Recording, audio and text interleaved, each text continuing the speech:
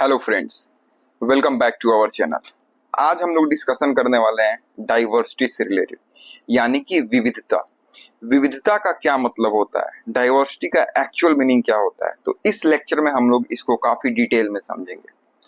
तो सबसे पहले आता है कि व्हाट इज डाइवर्सिटी, यानी कि डाइवर्सिटी का मतलब क्या होता है।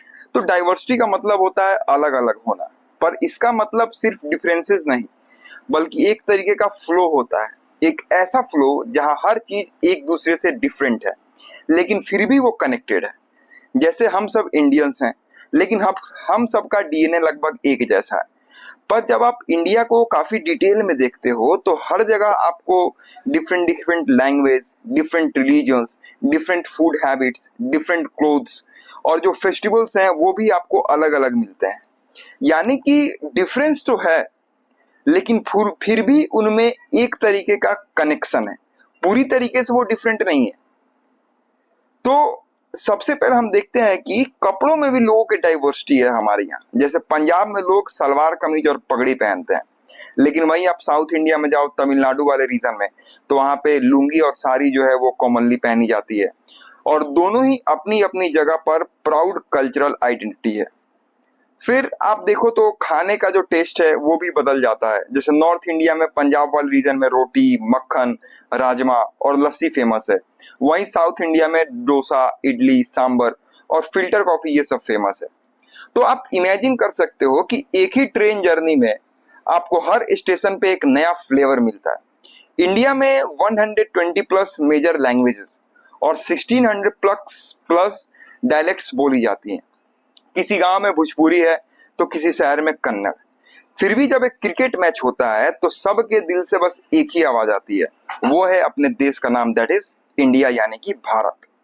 फिर आप त्योहार का माहौल अगर देखते हो तो दिवाली, ईद, क्रिसमस, बिहू, पोंगल, सब जगह के अपने लोकल लोकल फेस्टिवल्स हैं और हम सब उसे सेलिब्रेट करते हैं अपनी फैमिली के साथ, फ्रेंड के साथ, स्कूल में, ऑफिस में।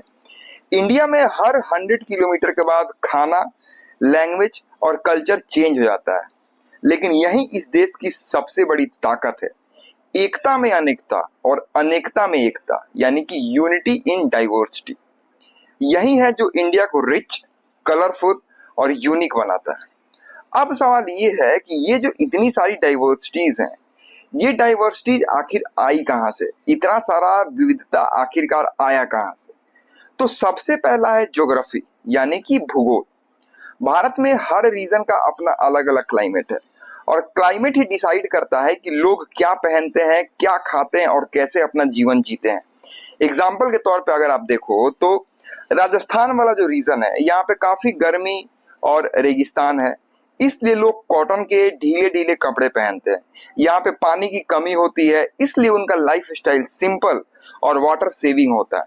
फिर अगर आप केरला की बात करते हो तो यहाँ पे बारिश बहुत ज्यादा होती है, तो कपड़े कॉटन के होते हैं और खाने में कोकोनट, फिश और राइस का ज्यादा यूज होता है, यानी कि नेचर फ्रेंडली लिविंग है यहाँ पे। फिर दूसरा आता है हिस्ट्री, यानी कि इतिहास। हिस्ट्री भी डाइवर्सिटी का एक मेजर रीजन है।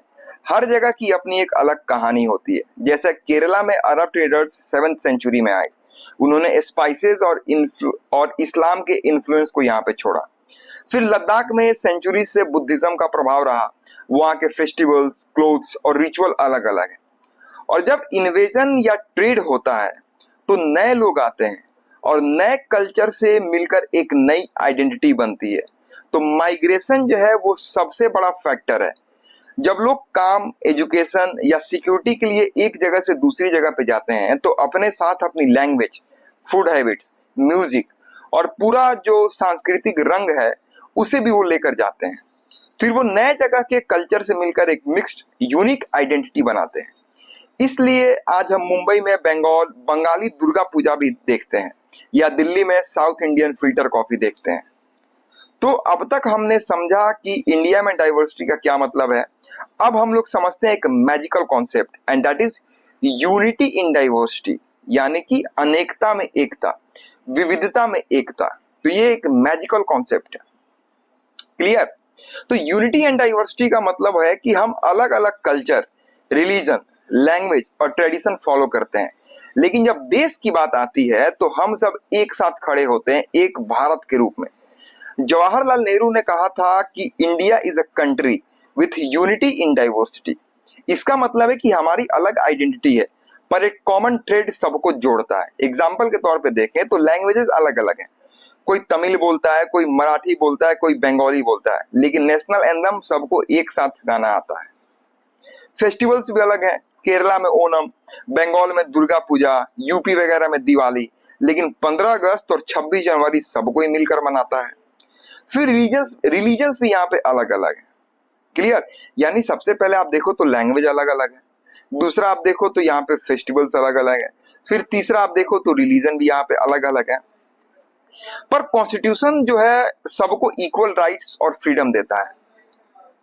तो इंडिया की ये आइडेंटिटी है। आप सोच सकते हो कि दुनिया में कितनी सारी कंट्रीज हैं, लेकिन क्या कोई और कंट्री है जहां पे इतनी ज्यादा डाइवर्सिटी हो और फिर सब एक जैसा महसूस करे? तो इंडिया का असली जो ब्यूटी है वो इसी में है, यूनिटी इन डाइवर्सिटी। तो यहाँ सब कुछ अलग है लेकिन फिर भी हम सब कोई जो है वो एक है। तो अब तक हमने देखा कि इंडिया में कितनी रिच डाइवर्सिटी है और कैसे हम सब एकता में बंधे हुए हैं, यानी यूनिटी में हम लोग बंधे हुए हैं। लेकिन अब सवाल ये है कि इस डाइवर्सिटी को समझना आखिरकार जरूरी क्यों है, कि आखिरकार ये चैप्टर हम लोग पढ़ क्यों रहे हैं, कि डाइवर्सिटी को समझना आखिरकार इंपॉर्टेंट क्यों है। तो इससे क्या होता है कि इससे टॉलरेंस डेवलप होता है। जब हम दूसरे कल्चर को समझते हैं तो तब हम उनकी वैल्यूज, उनके कस्टम को एक्सेप्ट करना सीखते हैं।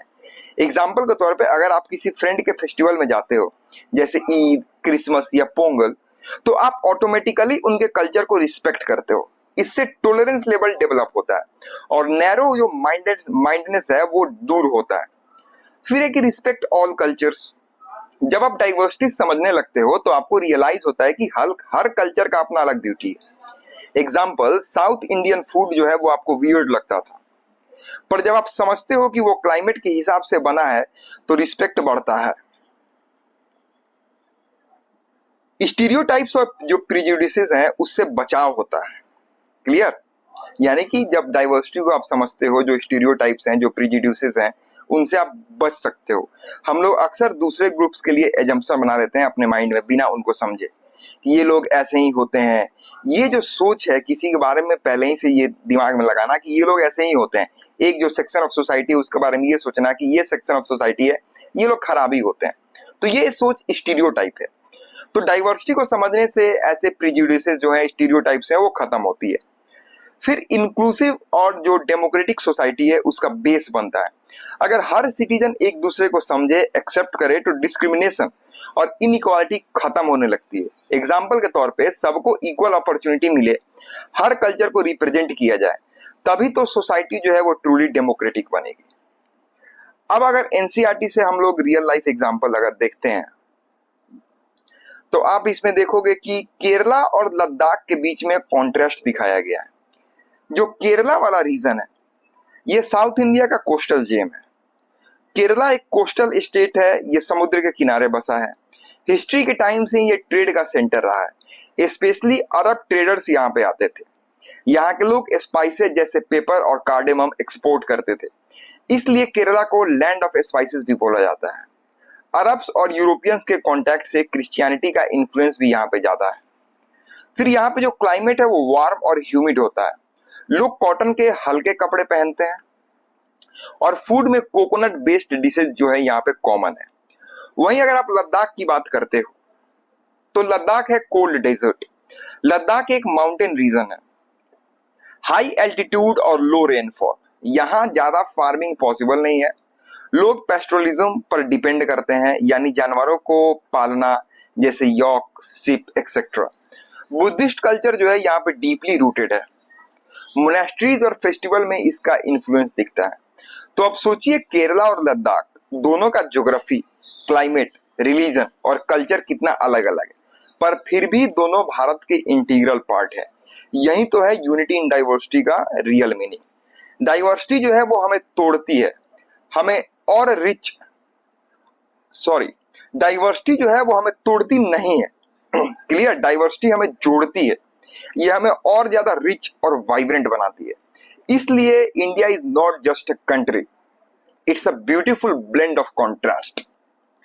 तो ये रहा टॉपिक हमारा, काफी इजी लैंग्वेज में मैंने आप लोगों को समझाया। जब चैप्टर फर्स्ट पढ़ोगे तो उसका जो क्रक्स है, क्रक्स मैंने आप लोगों को दे दिया है। अब यहां से इस चैप्टर से जब यूपीएससी का आंसर राइटिंग करोगे तो कौन सा चीज आप वहां पे पुट डाउन कर सकते हो। तो India's strength lies in its unity despite enormous diversity in language, region, culture and religion. Understanding diversity the first step towards building an inclusive society. ये जो चीज मैंने अभी यहाँ पे बताई है, ये सारा चीज मैंने लेक्चर में आपको एक्सप्लेन कर दिया। तो यूपीएससी के पर्सपेक्टिव से इस चैप्टर का यूज कहाँ पे होता है, तो वो है जीएस पेपर 1 का जो इंडियन सोसाइटी सेक्शन है वहां पे। Topics like communalism, secularism, inclusiveness and social empowerment. Essay writing जो है ये थीम पे बार बार आता है, और इंटरव्यू में भी डाइवर्सिटी से जुड़े सवाल जो है वो इजिली आ सकते हैं। क्लियर? तो ये रहा हमारा आज का टॉपिक, पहला चैप्टर ये हमारा कंप्लीट होता है। काफी इजी, मैंने एक एक लाइन आपको पढ़ के नहीं बताया, मैंने जो क्रक्स है ना कि उस चैप्टर का समरी क्या है वो मैंने आप लोगों को प्रोवाइड किया है। तो मिलते हैं अब हम लोग अगले वीडियो में, तब तक के लिए धन्यवाद।